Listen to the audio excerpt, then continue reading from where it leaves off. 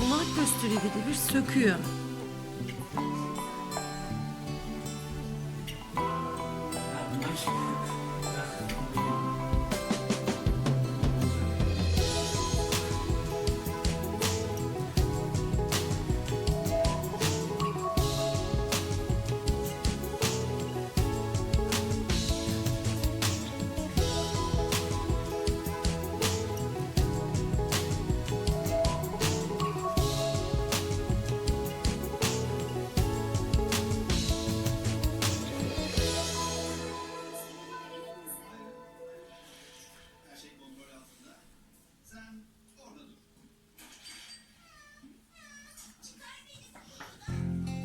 Çay var bak, içeceksen çay. Bebek mi konuşuyor? Bilmiyorum ki.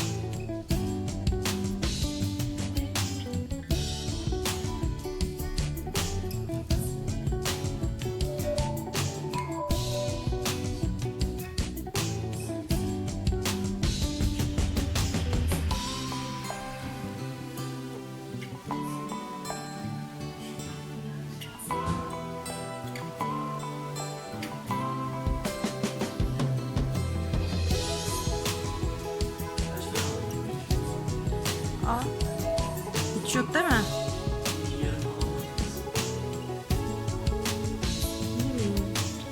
Al işte ya.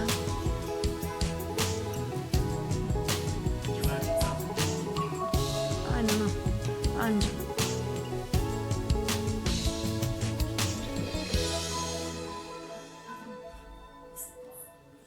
Hı. Hangi hamurla?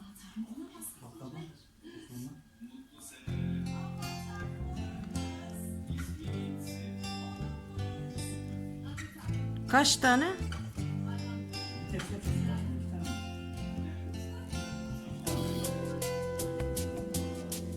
Ne yapacaksın sen onunla? Ne böreği?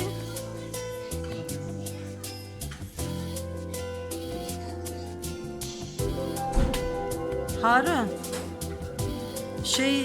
Leğen de alsana, 2 tane de hamur alsana. Mehmet abim börek yapacağım diyor. Bilsem.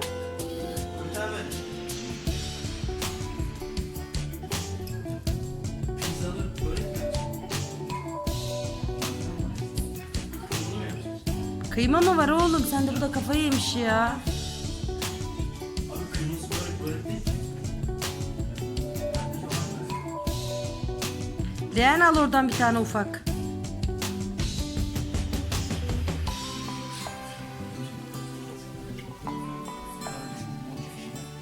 Ya boncuk işine dediğim, ben bir şeyler yapma çabasındayım. Manyağa bak ya. Olmuyor ama bak. Yok, bu ayın sonuna kadar daha yapacağım. Ondan sonra eğer olmuyorsa olmuyor, yapmayacağım. Hayır, yapmayacağım yani. Yavrum. Bir ayda 100 tane. Beni her ay sınavına sokuyorsunuz. Yok, bu ay bir şey. Bitir onları. Nasıl yapıyorsan yap. Bu ay bir şey almadım ki. Gelme. 2 ama 2 var bir tane. Hemen.